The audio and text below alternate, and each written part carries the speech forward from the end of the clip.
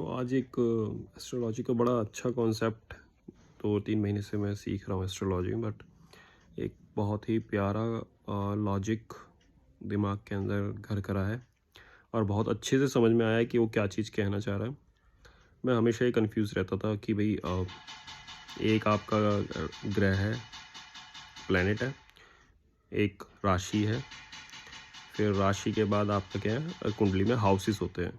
तो आपके घर होते हैं कि भाई पहला घर क्या कह रहा है, दूसरा घर क्या कह रहा है, तीसरा घर क्या कह रहा है। उसी तरह से इनके कॉम्बिनेशंस मैंने याद कर लिए कि भाई पहले घर के अंदर क्या क्या चीज़ें होती हैं। हेल्थ होती है, आप सेल्फ होते हैं, आपकी बॉडी होती है। सेकंड चीज़ में आपका फूड होता है, रिसोर्सेज होता है, पैसा होता है, आपकी फैमिली होता है, फैमिली नेम होता है। और थर्ड में आपके पराक्रम होता है, सिबलिंग्स होते हैं। तो ये चीज़ें समझ ली थी। बट इसमें है ना कि राशि को ऐड करना कैसे होता है, वो थोड़ा मेरे को बहुत कन्फ्यूज़न आ रहा था। तो उसकी आज मुझे एक बहुत अ, अच्छी ट्रिक मिली। और लूनर एस्ट्रो से मैंने जब मैं पढ़ रहा हूँ और उससे जब मैंने पढ़ते पढ़ते मुझे ये ट्रिक बहुत अच्छी पता लगी, तो मैंने इसे लिख लिया और बाय चांस ये हिट भी कर गया लॉजिक। तो आप इस तरह से याद कर सकते हो कि अगर आपको कोई भी चीज़ खरीदनी है तो आपको उस पर्टिकुलर दुकान पे जाना पड़ेगा। फॉर एग्ज़ाम्पल, अगर मुझे मेडिसिन खरीदनी है तो मुझे जाना पड़ेगा मेडिकल स्टोर पे, ठीक। बट वो मेडिसिन मुझे तब मिलेगी जब मेरे हॉस्पिटल या किसी डॉक्टर के थ्रू मेरे पे वो प्रिस्क्राइब होगा। इस चीज़ को समझ पाए? तो पहली चीज़ क्या होगी, हाउस कहलाएगा स्टोर। जैसे कि अगर मुझे दवाई चाहिए तो मुझे मेडिकल स्टोर जाना पड़ेगा। और अगर मुझे क्या कहते हैं अपने बाइक खरीदनी है तो मुझे बाइक के शोरूम जाना पड़ेगा। अगर मुझे कार खरीदनी है तो कार के शोरूम जाना पड़ेगा। अगर मुझे पार्टनर चाहिए तो मुझे अपना 7th हाउस देखना है। अगर मुझे अपनी हेल्थ चाहिए तो मुझे अपना फर्स्ट हाउस देखना है। अगर मुझे पैसा चाहिए तो मुझे अपना पैसा कितना है मेरे पास जुड़ा हुआ, कितना पैसा है, तो सेकंड हाउस। और मुझे अपने देखना है कि पैसा कमाना कैसे है, कहीं से पैसा कमाऊंगा तो कैसे कमाऊँ, तो वो मुझे देखना पड़ेगा 11th हाउस से। तो क्या हुआ कि ये डिफाइन है कि भाई अगर आपको पैसा देखना है तो आपको सेकंड हाउस और 11th हाउस को देखना है। हेल्थ देखनी है तो आपको 6th हाउस और फर्स्ट हाउस को देखना है। तो इस तरह से ये स्टोर होगा कि हेल्थ का स्टोर क्या है, 1st एंड 6th। पैसे का स्टोर क्या है, 2 एंड 11। पार्टनर 7th, ठीक। Love 5th house. तो ये हमारे वो स्टोर। अब स्टोर तो हमें पता लग गया है कि भाई ये है। सेकंड चीज़ पता लगती है कि भाई सेकंड चीज़ ये पता लगती है, आप दवाई लेने जा तो रहे हो, दवाई के स्टोर पे गए, मगर उस पर किस तरह की दवाई मिलेगी। उस पर आपने अगर पैरासीटामोल एक जेनरिक नेम है, अगर इसके भी अगर आपके कई सारे ब्रांड बनाते हैं इसे, ठीक है, दसियों ब्रांड बनाते हैं। अगर आप कार लेने जा रहे हो तो कार तो बहुत सारी कंपनियां बनाती हैं, मारुति बनाती है, होंडा भी बनाती है, और किया भी बनाती है, और भी अदर कंपनियां हैं, महिंद्रा है, टाटा है। तो आपको किस तरह की कार मिलेगी, तो ये पता लगता है आपका कि राशि से, कि उस वाले घर में कौन सी राशि बैठी हुई है, ठीक है।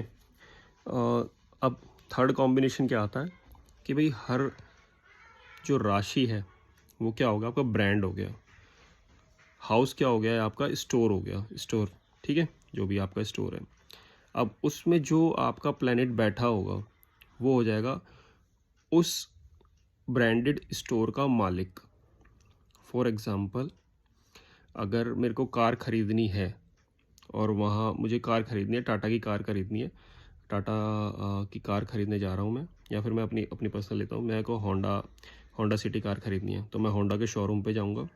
अब होंडा के शोरूम पे जब मैं पहुँचा वहाँ पे, तो वहाँ पे जो मुझे डील करेगा, जो वहाँ का मालिक होगा, वो मुझे कारें दिखाएगा। वो कौन होगा, मेरा वहाँ का जो क्या कहते हैं,